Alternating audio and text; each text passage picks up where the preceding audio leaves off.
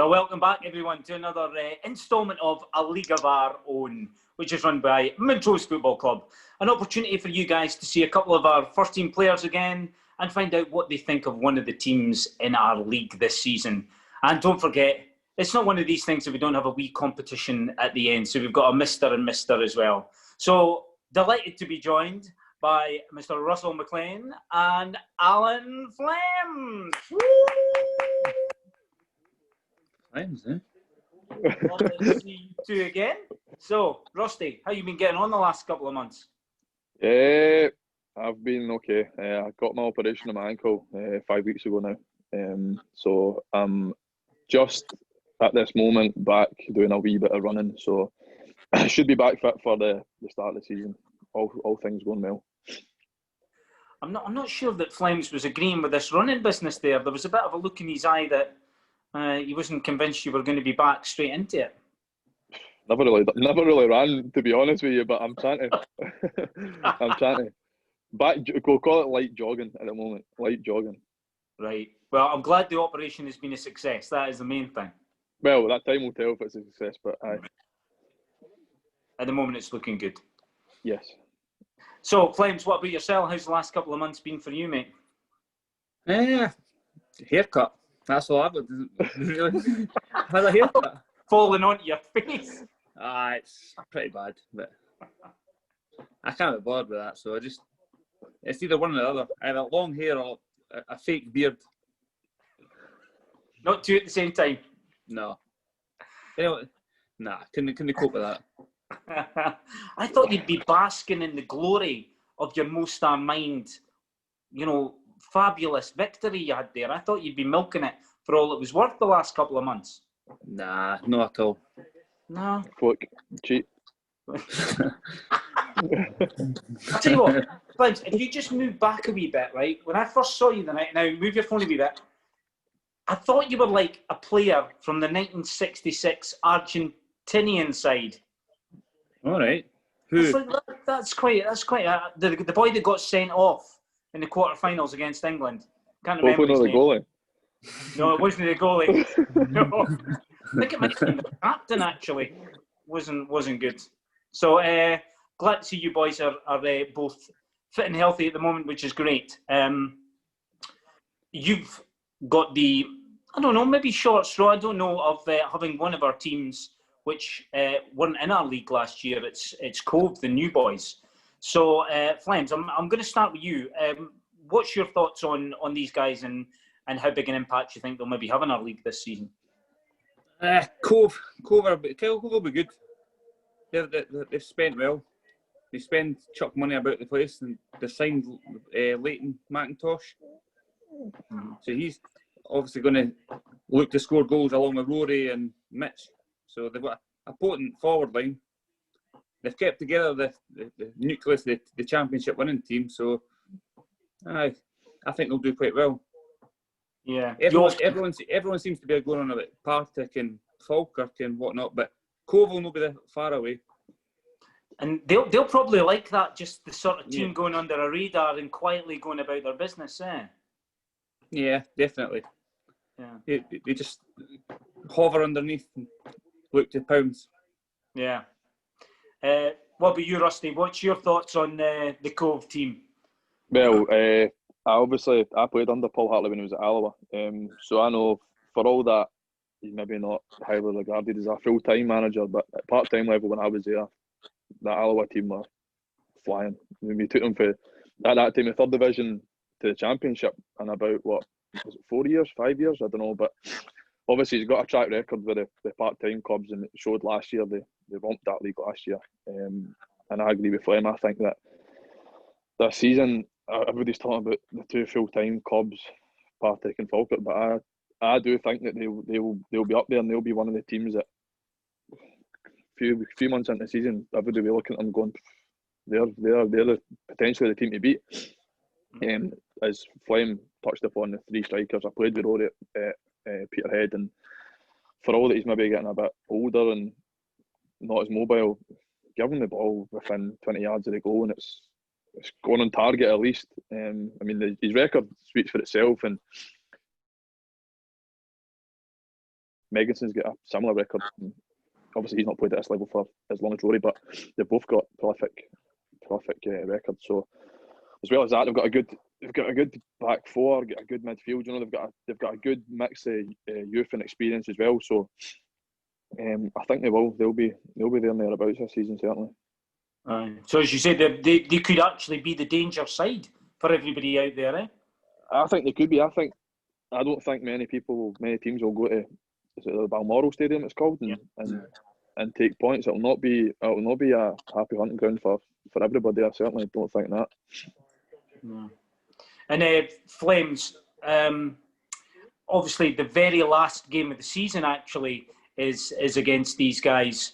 How do you feel about us winning the league there? Do you think that's a possibility? We'll take it, cliche as it is, one game at a time. You get the season finished. That's the first time, isn't it? No. You're absolutely right. Get it started and get it finished. Yeah. I mean, have you guys got any stories about a game that you've had against Cove? I mean, is there anything that you remember about playing against them or anything? We played them in pre-season last year, and to say that they battered us, I think, would be fair enough. I think the passes off the park that game. I remember playing it and playing up front and not getting much of the ball because it was just a case of chasing down after them, and that's what Hartley's teams do.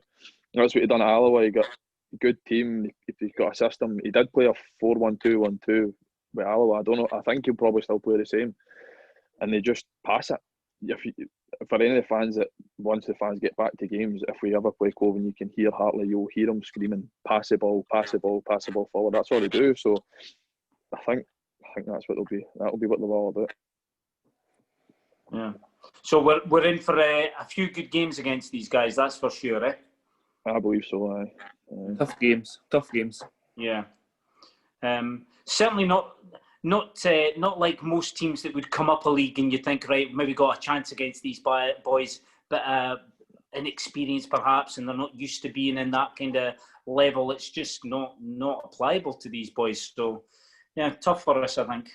Yeah, they've got experience all the way through their team, so, and most of the team have played at this level, so it's certainly not as if you're going to think they're going to struggle. Yeah. And again, with them winning the league, they're used to winning. We were the same when we won the league, and your confidence is high because you're used to winning. Yeah.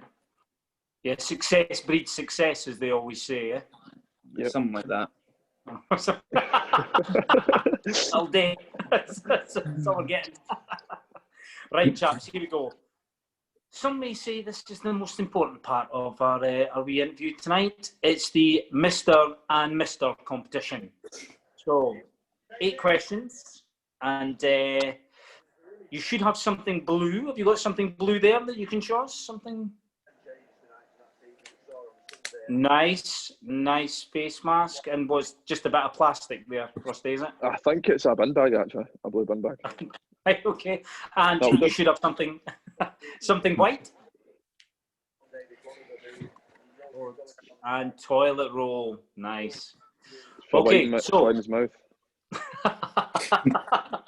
Well, unfortunately for you, Rusty, you're the person who's white, so maybe he's brought yeah. for a particular reason. So, Flem, you are blue. Rusty, you are white. And the idea is I'll ask the question, I'll give you a little bit of thinking time, and then I'll go 3, 2, 1, and I want you to reveal the colour you're going with. So if it's Flem's, it's blue. If it's Rusty, it's white. Now, you have 8. Well, you can't even beat it. You can only equal it. Louis and Cammy got 8 out of 8 for this. So, I know. So how well do you know each other, lads? Here we go. Here's your first question. Number 1. Who is the party animal? Oh, no, he's gone too quick. He's got to count down. Flem, you're too keen, mate. Too keen. I'll give you another one. There was no question about that. There was, well, quite clearly not. So, it's going to be me as well, aye. Here's number 1. Who has the best sense of humour? 3, 2, 1, go. Oh, it is Rusty. Very good. Second question. Who can eat the most? 3, 2, 1, go. Oh. Rusty doesn't eat, he just drinks. Daft goalies eat for fun. Number 3 then. Who takes longest to get ready after a match? 3, 2, 1, go. You can't not look at the Nicky. That Barnett. I thought that was a given. You were just going to take me. Nah, no chance. Do you even shower after the game? Not these days. Now you're not allowed to. You're not allowed to A shower. goalie, you just stand there. Well, a bit like you, Rusty. Exactly. Stand the box.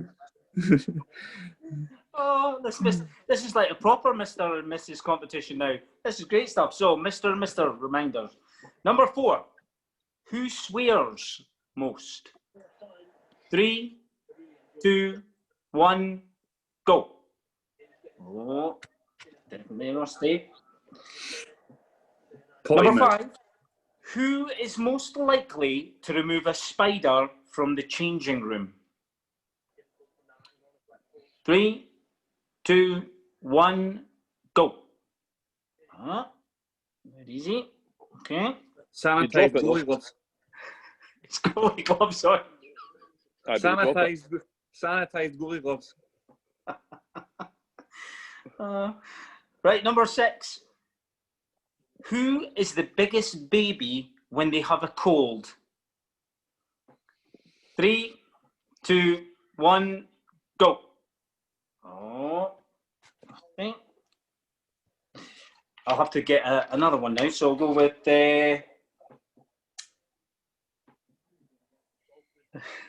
Who is likely to trip over?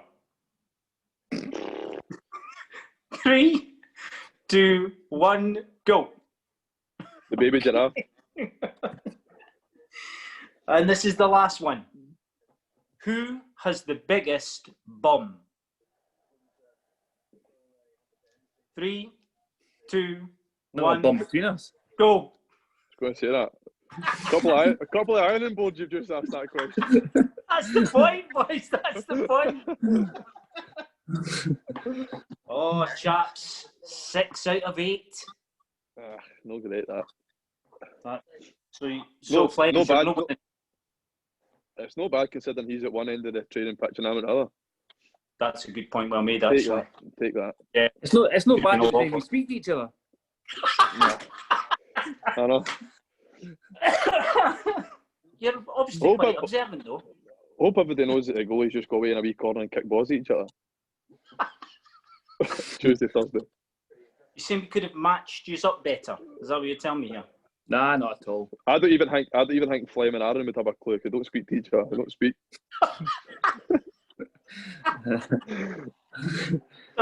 So just the goalies, as in by themselves, on their own, doing this Mr. Muslim. And I think they've got duct tape over their mouths as well. They don't speak a word.